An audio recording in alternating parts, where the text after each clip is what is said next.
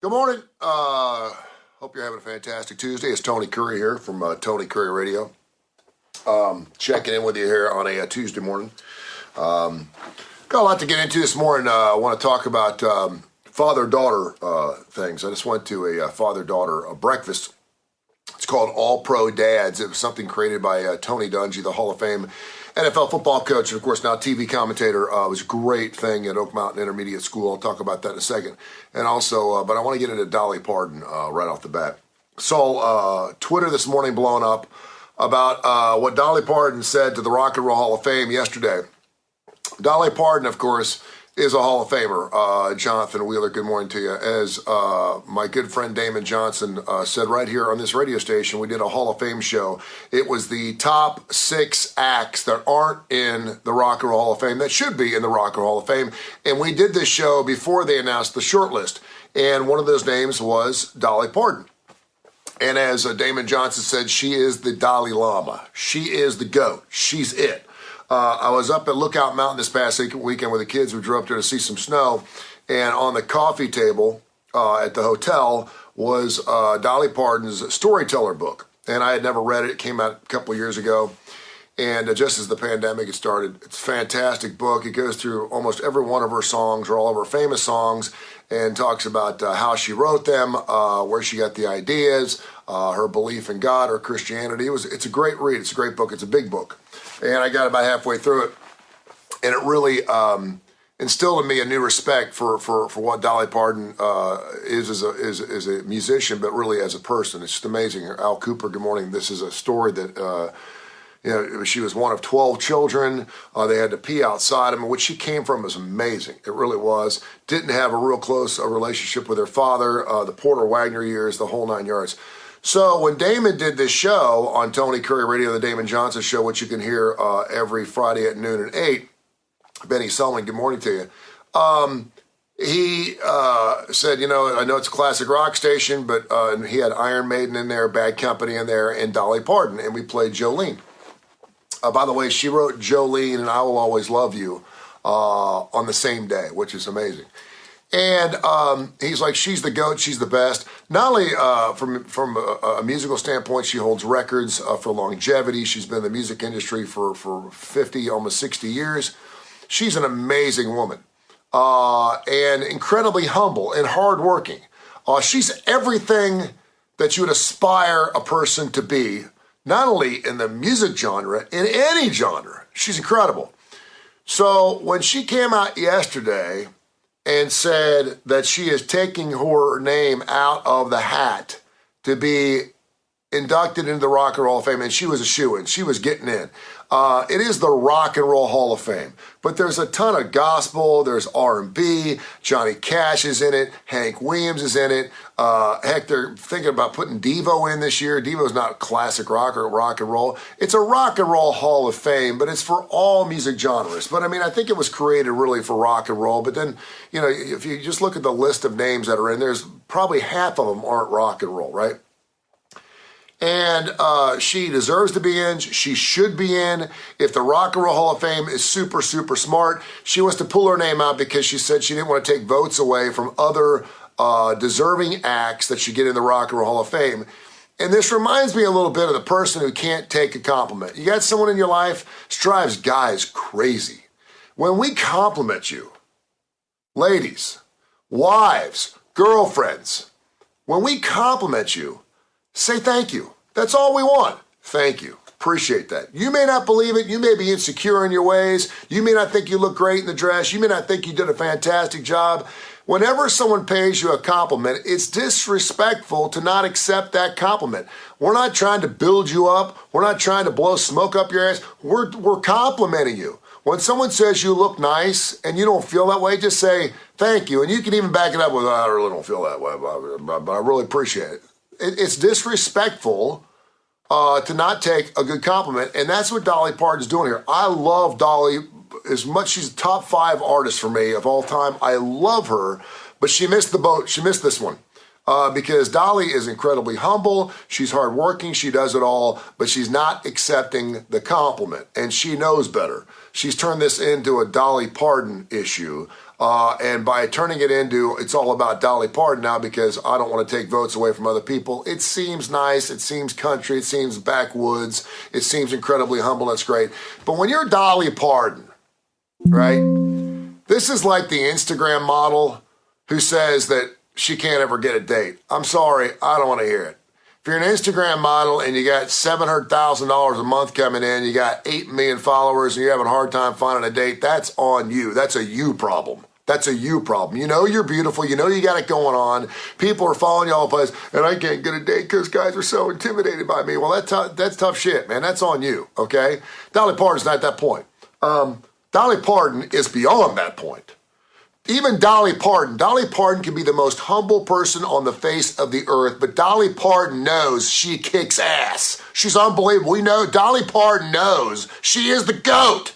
Like Damon Johnson would say, she is the Dalai Lama, right? So Dolly knows these things, and it's okay. You can be humble, you can be respectful, you can be loyal, you can be laid back, you can be cocky, you can be egomaniac, you can be all those things. But when you're Dolly, she's done it right. She's a great businesswoman. So Dolly, I implore you. I think the train's left the station here. I don't think she can go back now and say, listen, I changed my mind. I'll take the votes. But the Rock and Roll Hall of Fame can take the high road here. That's where the Rock and Roll Hall of Fame, and they've got a select group of people, and I know some people don't like some of the bands they pick, some of the bands that they snub. The Rock and Roll Hall of Fame has an opportunity here to take the high road, not only make Dolly look good, to make them look incredible. The Rock and Roll Hall of Fame should come out and say, we've made our short list, we're taking our votes, and there's a Rock and Roll Hall of Fame vote list. You can actually go to their website, it's Rock and Roll, I think it's R&R Hall Vote, and you can vote her in. Don't take her name off the list. Vote her in, even if she doesn't get enough votes to get in, because she should be in, and that way Dolly has to accept. Hopefully she shows up to the induction ceremony, and it's all good. But the Rock and Roll Hall of Fame doesn't need to make it this rules-regulated, okay, we need to get this vote, and these top three are getting in, and they need to step to the Rock and Roll Hall of Fame. You can put in anybody you want.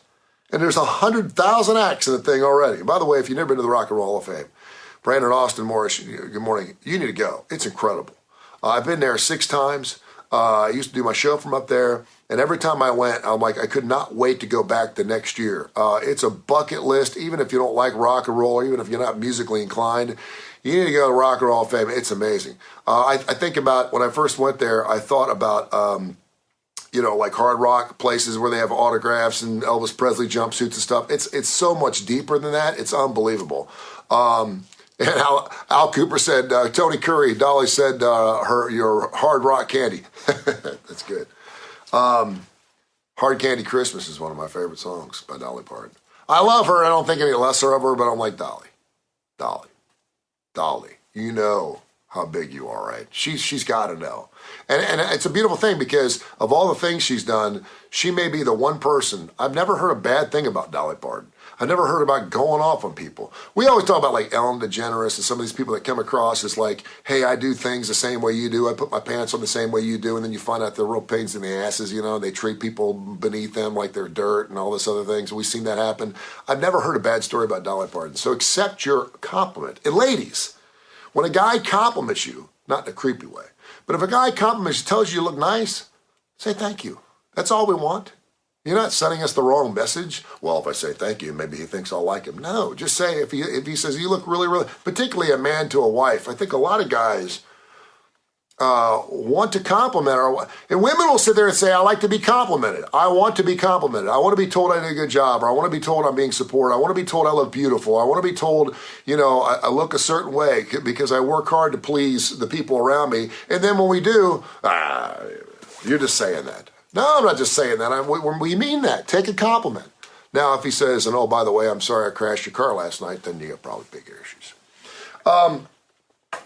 Oak Mountain Intermediate School this morning, they got this thing called All Pro Dads.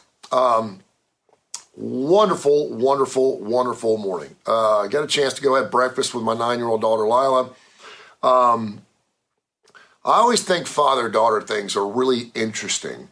I love the opportunities. I love the fact that there are father-daughter dances. I've been to 3 of them already this year, and I'll go to every father-daughter dance I possibly, or any father-daughter event, period, I possibly can, because anytime I get to spend time with my daughter, it's great.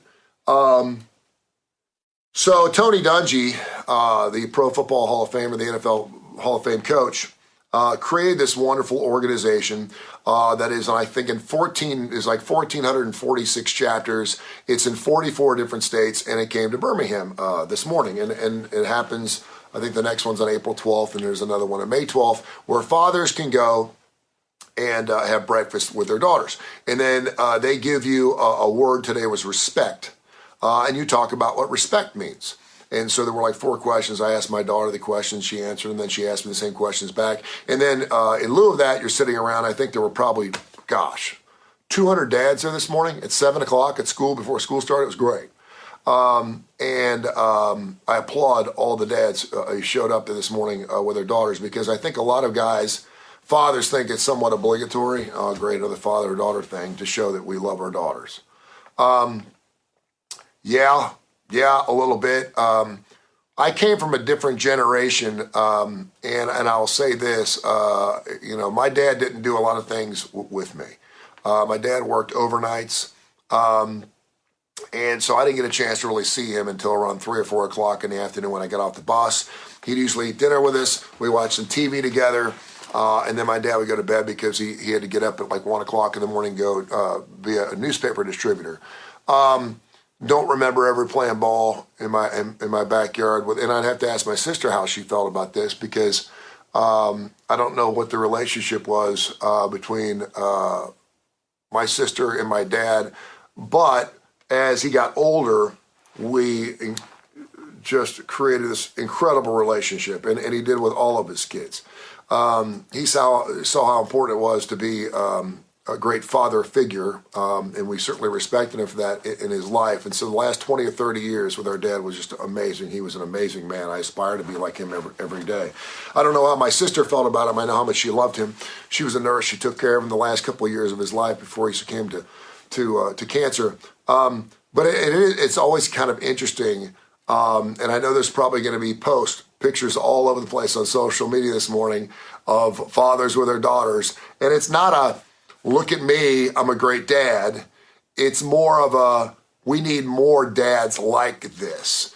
And if you're a father and you don't feel the need to go to these father-daughter situations, then maybe you need to go look in the mirror and look at yourself, because any chance you have to spend time with your daughter and your sons as a dad, dads have gotten an absolute bad rap for a long time, but we deserved it. There were a lot of fatherless families in this country who went through a point in time, and now I think dads are kind of on the back rise. For the most part, it was always just understood that the father was going to be a provider. He was going to work real hard. He wasn't going to be around the kids a lot. He wasn't going to show up at the recitals. He wasn't going to show up at the plays because daddy worked out of town, daddy worked on weekends, and the mother was going to handle all those things. And now as more moms get into the workforce and you have more dual income families, the dad's got to pick it up. And I think dads have done a wonderful job of that. And so the fact, I could not believe, because I know a lot of dads in Oak Mountain, they work.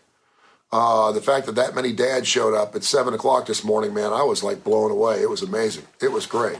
I own my own radio station. I have my own business, and so I can take off a day if I want to. And I'm sitting here on Facebook at 8:10 in the morning.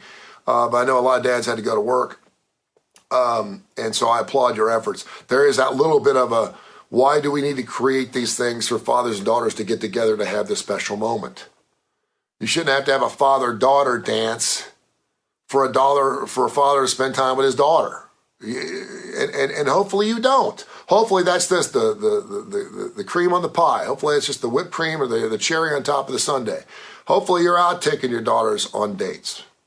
Hopefully you're spending time on Sunday mornings reading books to your daughters, or taking naps with your daughters, or doing whatever you do, because daughters need daddies in their lives. They do. If you ever go back, and I know I'm broad brushing here, and I'm not stigmatizing or stereotyping, but whenever you see women who have major men issues in their life, and this would be a great thing to talk to Dr. Josh Claypo with on Thursday, is usually because they have a lack of a father figure in their life or a lack of a good father figure in their life. Girls need to know how to be treated by men. And I do everything I possibly can to get her flowers when I pick her up for these father-daughter dances. I hold her car door open for her this morning. I do everything to let her know how a man should be treating her as she gets older, because she's 9 years old and 6, 7 years down the road, she's going to be going on her first date and her first proms. And I want to instill that in her. There's not enough dads that do that.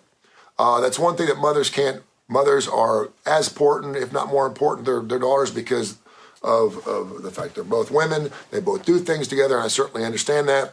But it's super, super important for our daughters to have a good father figure, man. And let me tell you something now. Girls watch every stinking thing. They are so cognizant of what's going on around them. It's amazing. My daughter sees me doing things. She hears me saying things. I mean, I got to be on my toes around my daughter. She's amazing. She's great. And so I'll take every advantage. And thanks to Tony Dungy for creating this wonderful all-pro dance thing. I hope you have a wonderful day. It's a Tuesday. Later on tonight, Adapter Parish is going to be on. Dr. Alex Hublon and Dr. Josh Claypo, speaking of the devil, has got another killer show. It runs at noon and 8 later on tonight from Adaptogent, formerly GT Software. It's called Adapter Parish. Basically, it talks about business adaptation. If you don't adapt in your business, you're not willing to change. If it's your way or the highway, you're going to fail. You have to adapt in business. They have great analogies. A fresh new show going off later on today at noon and 8 on the Tony Kurre radio app. That's Kurre with a K. Download the Tony Kurre radio app and you can hear the show live at noon and 8. You can also go to Spotify and search Tony Kurre radio. That's Kurre with a K. And to listen to all of our past episodes. There's like 15, 16, 17 episodes. It is fantastic. We got that show going on later on today right here on Tony Kurre Radio. So check out Adapter Parish. We have Live Wire Wednesday tomorrow night at 8 o'clock. It's all AC/DC for a full hour. We have Mission Minded with Michael Coleman from the Jimmy Hill Mission, Executive Director. A great show about keeping your mission on your mind, your mission. That show airs at 1 and 7 on Wednesdays. We have Blues Almighty with Austin Hanks, which is great. And of course, the aforementioned Damon Johnson, the Damon Johnson Show, which runs on Friday at noon and 8. We also have a show called Win and Rome with Stuart Rome, a fantastic show that'll make you look good, feel good, and sound good. That show airs coming up at 1 and 7 on Friday as well. And then, of course, the classic hip-hop show. Go to Spotify. You can listen to all the shows on demand or listen to them live here on Tony Kurre Radio. Have a great day. Peace.